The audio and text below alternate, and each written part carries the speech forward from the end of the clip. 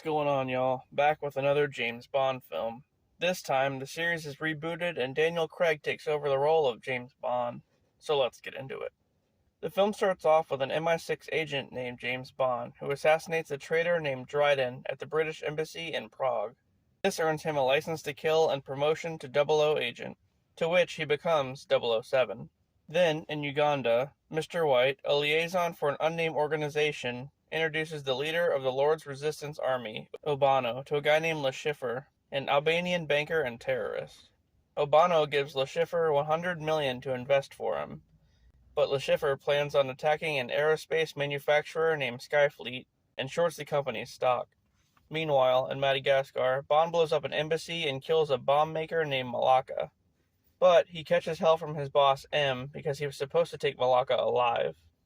After that, Bond uses information found on Malacca's phone to find a corrupt official in the Bahamas named Demetrios, who hired Malacca to bomb one of the Skyfleet airliners.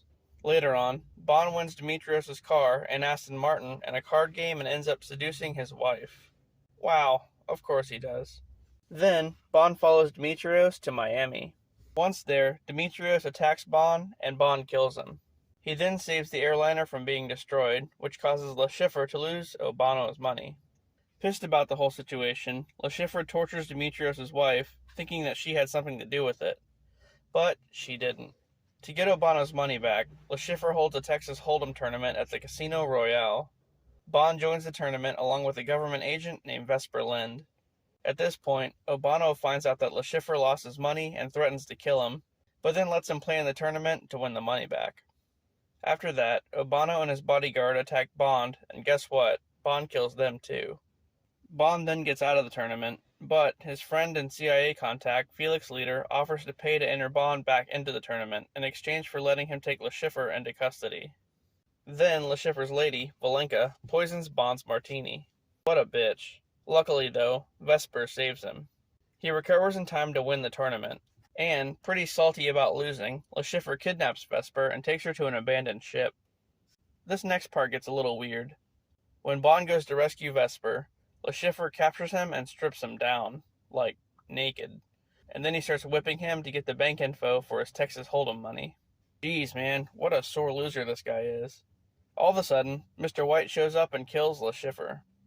A while later, Bond is recovering in the hospital. He then quits MI6 and sails to Venice with Vesper, who he fell in love with. M says that the money was never transferred over and Bond realizes that Vesper double-crossed him, taking the money. But she then gets captured by a guy inside an old building. Bond takes the guy out, but the building collapses onto the Grand Canal. When Bond goes to save Vesper from drowning, she locks herself inside an elevator and ultimately drowns anyway. As that's going on, Mr. White escapes with the money. Afterward, M tells Bond that Vesper actually traded the money to Mr. White in exchange for Bond's life. So she wasn't all that bad after all.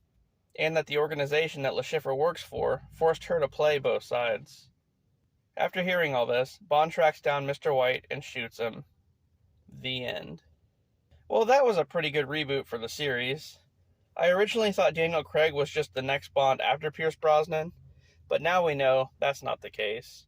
Anyway, stay tuned for the next one, and I'll see you then.